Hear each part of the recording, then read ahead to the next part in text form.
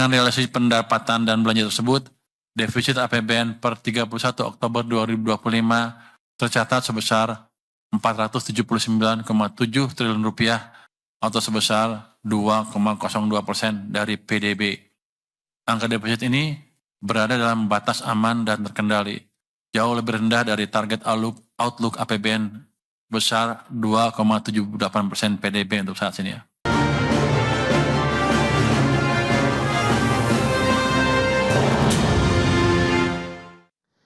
Defisit anggaran pendapatan belanja negara atau APBN 2025 per bulan Oktober mencapai Rp479,7 triliun atau 2,02% terhadap PDB. Meski demikian, persentase defisit APBN tersebut masih berada di bawah batas APBN yakni 2,78%. Dengan realisasi pendapatan dan belanja tersebut, defisit APBN per 31 Oktober 2025 tercatat sebesar Rp479,7 triliun atau sebesar 2,02% dari PDB. Angka defisit ini berada dalam batas aman dan terkendali, jauh lebih rendah dari target outlook APBN besar 2,78% PDB untuk saat ini ya. Mencerminkan komitmen disiplin fiskal yang kuat. Kementerian Keuangan mencatat kinerja APBN 2025 per 31 Oktober 2025 mengalami defisit sebesar Rp479,7 triliun atau 2,02% dari produk domestik bruto. Nilai defisit tersebut mengalami kenaikan dibandingkan bulan sebelumnya, yakni Rp371,5 triliun atau 1,56% dari PDB per 30 September 2025. Namun demikian, angka defisit APBN terhadap PDB tersebut masih lebih rendah dari batas APBN 2025 sebesar 2,78%, sehingga mencerminkan komitmen defisit yang kuat untuk menjaga kinerja APBN yang efektif. Sementara untuk menjaga APBN agar tetap efektif sebagai instrumen kebijaksanaan akselerasi pertumbuhan ekonomi, Kemenkyu akan memantau lebih detail dan antisipatif terhadap potensi akselerasi baik di sisi pendapatan negara, pajak, baik cukai dan PNBP. Kemudian juga dari sisi belanja, baik belanja kementerian lembaga, non-kementerian lembaga, dan transfer ke daerah. Jakarta, berbagai sumber IDX Channel. Ya, pemirsa, untuk membahas tema kita kali ini, waspadai pelebaran defisit APBN hingga akhir tahun 2025, kita sudah tersambung melalui Zoom bersama dengan Bapak Wijayanto Samirin, ekonom Universitas Paramadina. Kemudian ada Ibu Sarmila Yahya, Wakil Ketua Umum Bidang Kolaborasi dan Pendanaan Kadin Indonesia. Langsung saja kita sapa ini. Halo, Pak Wijaya, apa kabar Pak? Kabar baik, Mas Pras. Baik, terima kasih juga atas waktu yang disempatkan. Bu Sarmila, apa kabar Ibu? Baik, sehat Mas Pras, sehat. Baik, terima kasih juga atas waktu yang disempatkan. Sebelum membahas lebih jauh, review dari sisi optimalisasi penggunaan dana APBN menurut kacamata ekonom Pak Wijaya. Sejauh ini seperti apa sih kinerjanya? Silakan. Ya, rencana optimalisasi itu belum dijalankan dengan optimal. Tapi ini bisa dipahami karena rencana ini dilaksanakan di saat ekonomi kita sedang mengalami permasalahan daya beli. Kemudian pada saat yang bersamaan pemerintah mempunyai berbagai program strategis yang besar dan mahal. Nah, yang ketiga, karena ini dijalankan oleh tim kabinet yang relatif baru, kemudian juga ada banyak kementerian baru, sehingga dari sisi koordinasi ini juga menimbulkan tantangan tersendiri.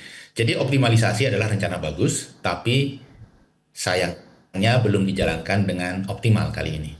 Baik, nah dari kacamata Kadin sendiri bagaimana Bu Sarmila dari dunia usaha begitu? Karena kita tahu juga kan sekarang bagaimana upaya pemerintah untuk bisa meningkatkan industri, kemudian kita tahu PMI manufaktur kita juga ya masih berada terus di level ekspansi dalam beberapa bulan terakhir ini Bu. Ya, saya terima kasih Mas Pras, hari ini tinggal menunggu waktu ya akhir Desember 2025 dan kita akan menjelang 2026. Ya. Defisit anggaran 2025 ini menurut saya masih dalam tahap wajar karena ini juga bagus sekali karena pemerintahan Pak Prabowo sekarang melalui Menteri Keuangannya ini sudah melakukan usaha yang maksimal ya, walaupun versinya Pak Wijayanto belum optimal tapi sudah maksimal ya bahasanya seperti seperti itu, sudah maksimum. Artinya mereka-mereka ini, para pemerintah sekarang ini sudah pengen dan bersungguh-sungguh dalam menggerakkan insentif-insentif khususnya untuk para pengusaha ya. Mereka memberikan diskon listrik, insentif pajak untuk dunia usaha, juga bantuan pangan ya untuk masyarakat kelas menengah ke bawah. Jadi artinya sudah upaya bermacam-macam, bahkan ada 200 triliun ya Pak Wijayanto yang kemarin dialokasikan untuk mengejar semua hal-hal yang terkait dengan pemasukan. Defisit ini kan tujuannya adalah bisa kita atasi karena nantinya dengan meningkatkan income, dan yang pasti adalah menekan pengeluaran. Jadi oleh karena itu supaya tidak defisit, ya mau nggak mau nanti income-nya harus digenjot Mas Pras ke depannya. Baik, nah defisit APBN yang terjadi per Oktober ini Pak Wija, menurut Anda ini masih dalam konsensus ekonom sendiri atau bagaimana Pak? Saya merasa kalau kita bandingkan dengan tahun-tahun sebelumnya ini relatif sangat tinggi ya.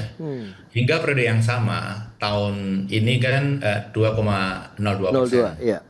defisitnya ya. Kemudian tahun 2024 itu 1,37%. Kemudian tahun 2023 itu hampir 0% defisitnya hingga Oktober ya.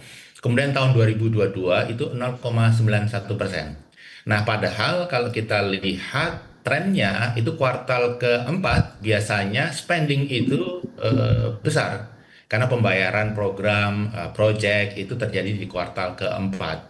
Sehingga ini memang harus hati-hati, jangan sampai angka 3% terlewati. Karena belajar dari pengalaman tahun-tahun sebelumnya, kuartal keempat saja itu bisa meningkatkan defisit hingga 1% bahkan lebih. Tapi saya melihat apa yang dilakukan oleh Kementerian Keuangan, rasanya ini bisa diantisipasi, tidak akan lewat 3%, tetapi sangat mendekati 3%. 2,9 sekian. Jauh di atas outlook yang 2,78%. Ya, bagaimana dengan defisit keseimbangan primer yang tercatat sekitar 54 triliun rupiah ini, Pak Wija?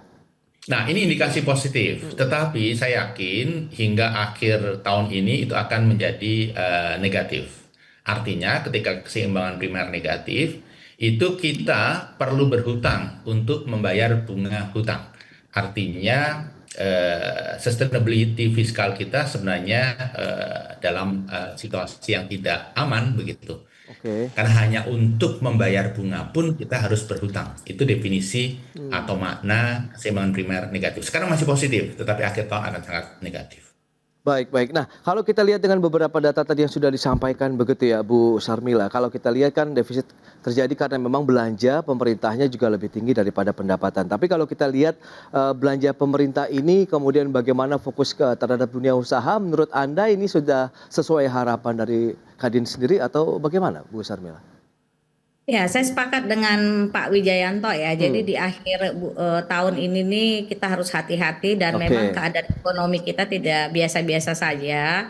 Nah, tetapi saya mengevaluasi sedikit kegiatan-kegiatan yang memang kemarin-kemarin ini uangnya pengeluarannya besar sekali ini untuk belanja pemerintah, kementerian dan lembaga.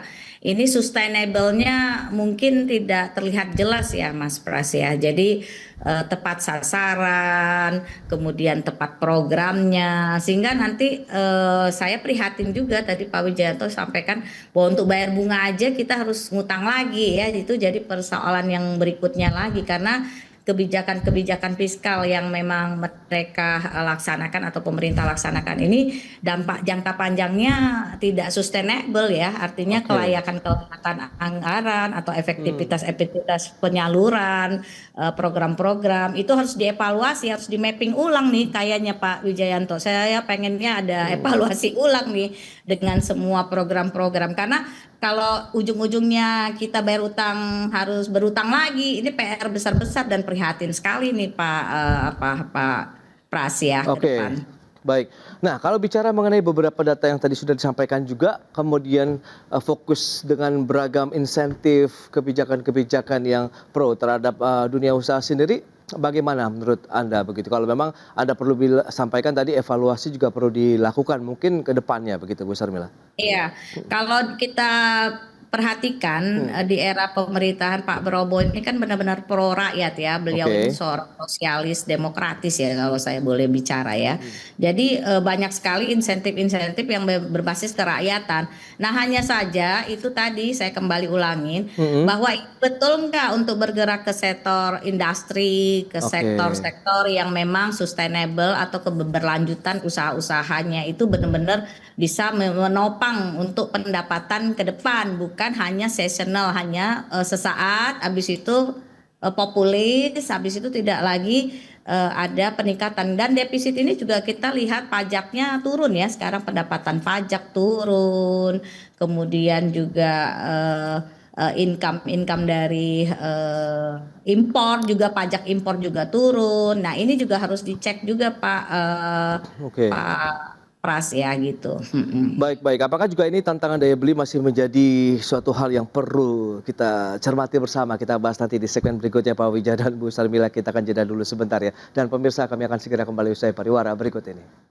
Ya, terima kasih Anda masih bergabung bersama kami dan kita akan sampaikan beberapa data untuk Anda bagaimana dengan defisit APBN. Kita akan cermati bersama di sepanjang tahun 2018 sampai dengan 2025 periodenya. Kita lihat untuk defisit APBN sempat tertinggi di tahun 2020 karena kita tahu memang ada pandemi COVID-19 yang mencapai 6,14% terhadap PDB. Kemudian trennya turun terus sampai dengan 1,65% di tahun 2023, tapi dalam 2 tahun terakhir 2024 naik 2,29%, kemudian tahun ini meningkat lagi menjadi 2,78% untuk defisit APBN yang ditargetkan begitu ya dari pemerintah sendiri. Selanjutnya kita lihat bagaimana dengan laju pertumbuhan ekonomi nasional. Ini dia datanya kuartal 3 tahun 2024 kita cermati bersama. Dari 4,95%, kemudian 5,02%, 4,87%, maksud saya hingga 5,04% di kuartal 3 tahun 2025 untuk laju pertumbuhan ekonomi Indonesia secara tahunan. Dan bagaimana dengan PMI manufaktur? Ini juga perlu kita cermati. Seperti apa pergerakannya di sepanjang tahun ini, Januari sampai dengan Oktober 2025, sempat memang meninggalkan level ekspansi atau masuk ke dalam kontraksi di bulan April, Mei, Juni, tapi di bulan Juli, Agustus sampai dengan Oktober terus berada di level ekspansi, terakhir di 51,2 poin untuk PMI manufaktur Indonesia. Itu dia beberapa data yang sudah disampaikan. Kita lanjutkan kembali perbincangan bersama dengan Bapak Wijayanto Samirin, kemudian Ibu Sarmila Yahya. Ya, dengan beberapa data tadi yang sudah disampaikan juga, ini menarik juga dicermati. Kira-kira kalau kita bicara mengenai daya beli masyarakat, karena ini memang menjadi fokus dari beberapa kebijakan fiskal yang sudah dilakukan oleh pemerintah untuk bisa mendorong daya beli, Pak Wijam. Bagaimana Anda melihat upaya-upaya yang terus dilakukan oleh pemerintah ini? Ya, upaya yang dilakukan menurut saya sudah lengkap ya, sudah ekstensif. Kendati demikian, karena permasalahannya tidak mudah, kita melihat hingga Oktober ini daya beli belum recover. Ini kelihatan dari penerimaan PPN yang turun hingga 10% dibanding tahun yang lalu. PPN ini kan dipotong dari transaksi. Ini menggambarkan jumlah transaksi jual beli yang terjadi di ekonomi kita itu juga mengalami penurunan. Kemudian yang kedua, PPh individu yang dipotong dari gaji. Itu juga mengalami penurunan 12% hingga Oktober tahun ini dibandingkan dengan tahun lalu. Ini menggambarkan situasi daya beli belum recover. Walaupun kalau kita lihat beberapa data, Consumer Confidence Index, kemudian PMI tadi itu mengalami perbaikan. Memang kita berharap akhir tahun ini sedikit membaik dan tahun depan bisa terus berlanjut tren perbaikan itu. Jadi belum recover, tetapi menunjukkan tanda-tanda perbaikan, Mas Pras.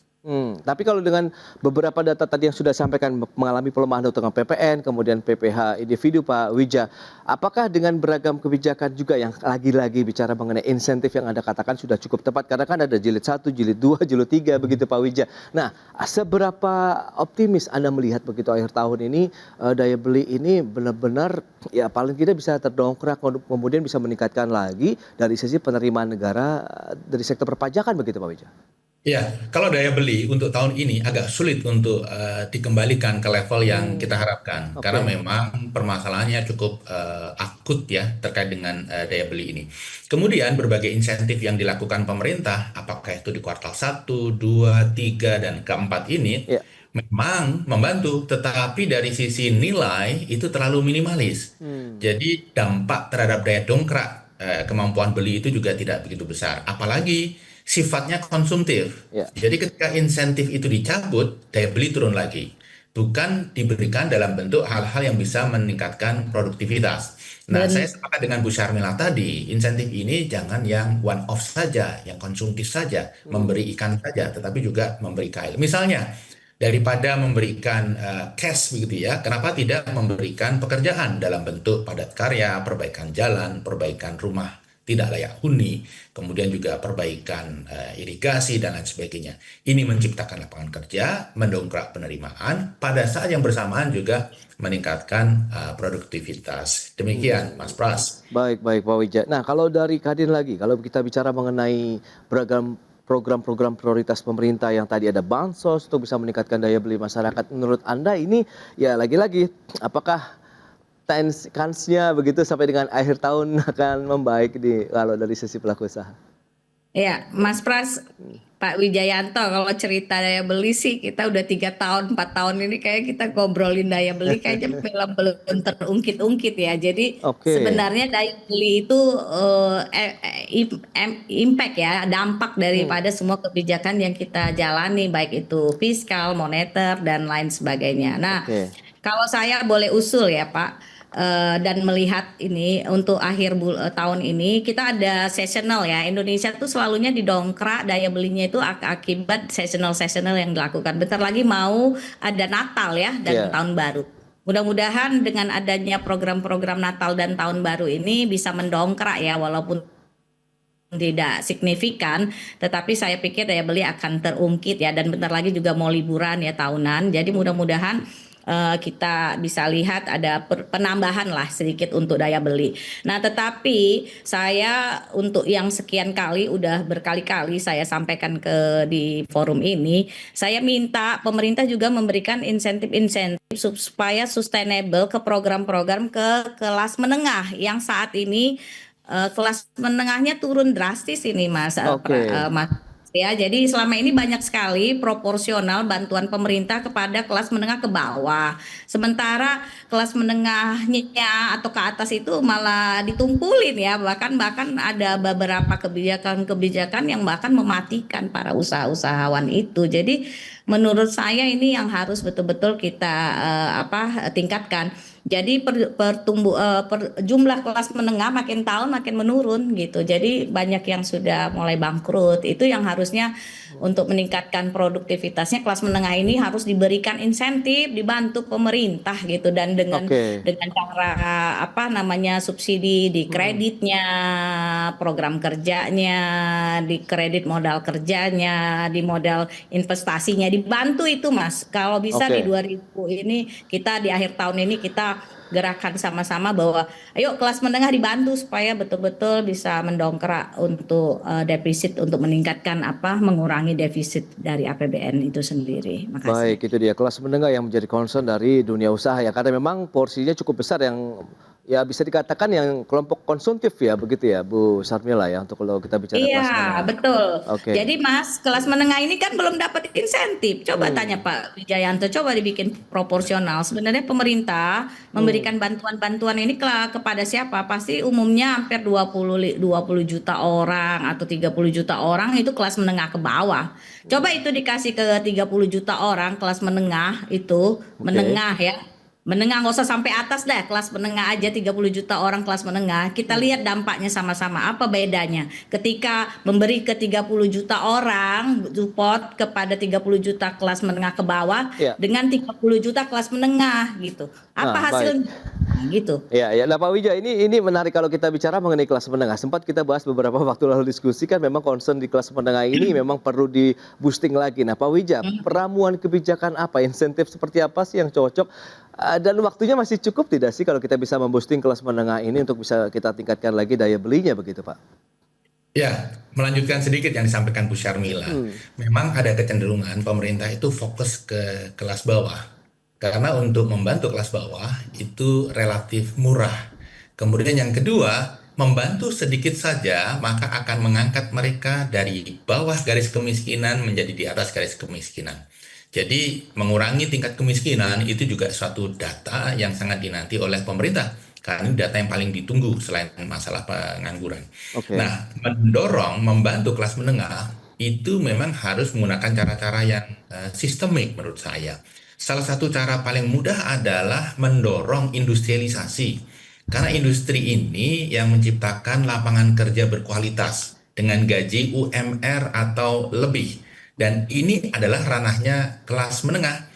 Jadi menurut saya upaya-upaya memperbaiki iklim usaha, mendorong industrialisasi, kemudian menghentikan premanisme yang mengganggu sektor manufacture itu harus menjadi prioritas. Kemudian kalau dukungan langsung kepada kelas menengah, apa yang mereka butuhkan? Menurut saya, transportasi publik yang murah. Mereka banyak mengkonsumsi itu. Apakah public bus, apakah MRT, LRT, itu mereka habis uang cukup banyak di situ. Kalau ini bisa diantisipasi dengan memberikan dukungan, ini akan sangat membantu. Belum lagi kuliah dengan beasiswa, kemudian sekolah gratis dan lain sebagainya. Karena kelas menengah banyak menghabiskan spending daerah itu, Mas Pras. Baik, nah bicara mengenai timing, bagaimana Pak Wija? Tidak akan memadai, waktunya tidak akan mengejar untuk bisa mendongkrak daya beli kelas menengah. Ini perlu sesuatu yang lebih sistemik, karena permasalahannya adalah sangat struktural.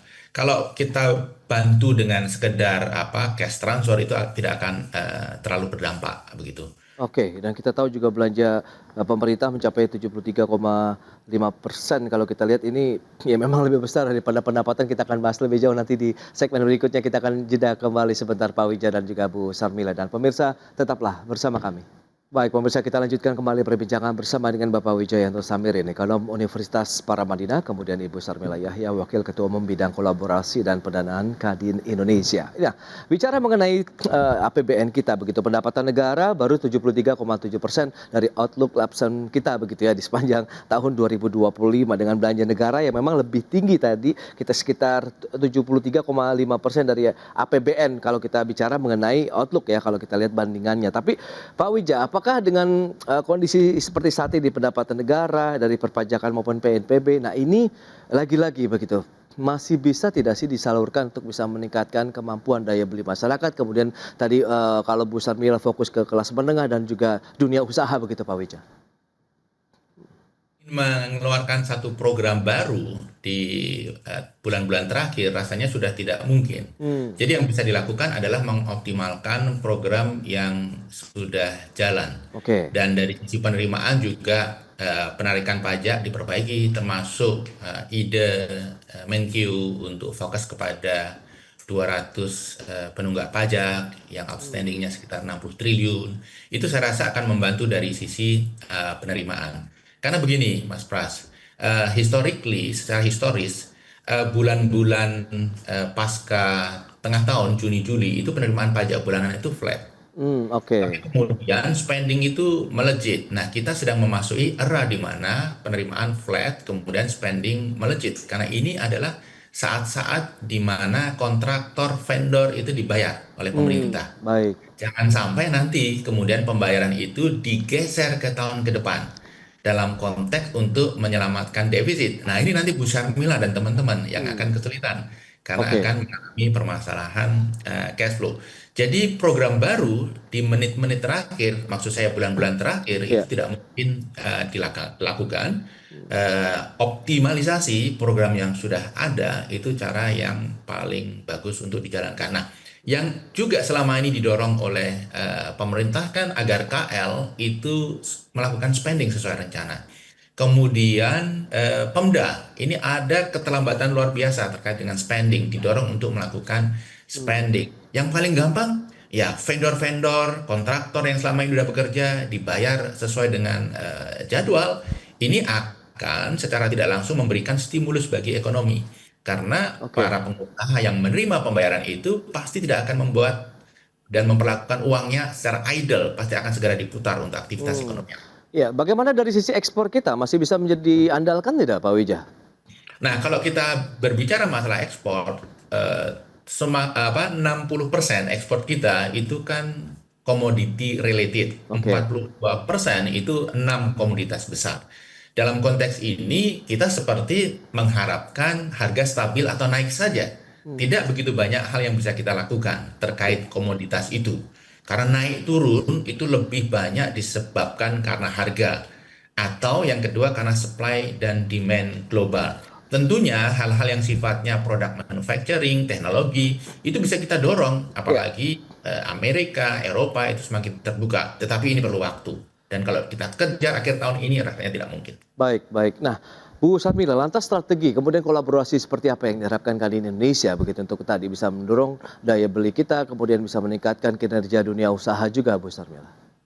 Iya, jadi sekarang ini peran swasta atau private sector itu harus bekerja sama dengan public sector. Itu yang kita lagi dukung gerakan ya bersama bagaimana kita berkolaborasi dengan kementerian dan lembaga, dan saat ini ada 100 kementerian dan lembaga. Jadi kita di Kadin juga wakil ketua umumnya nambah nih Pak. Jadi ratusan juga menyesuaikan.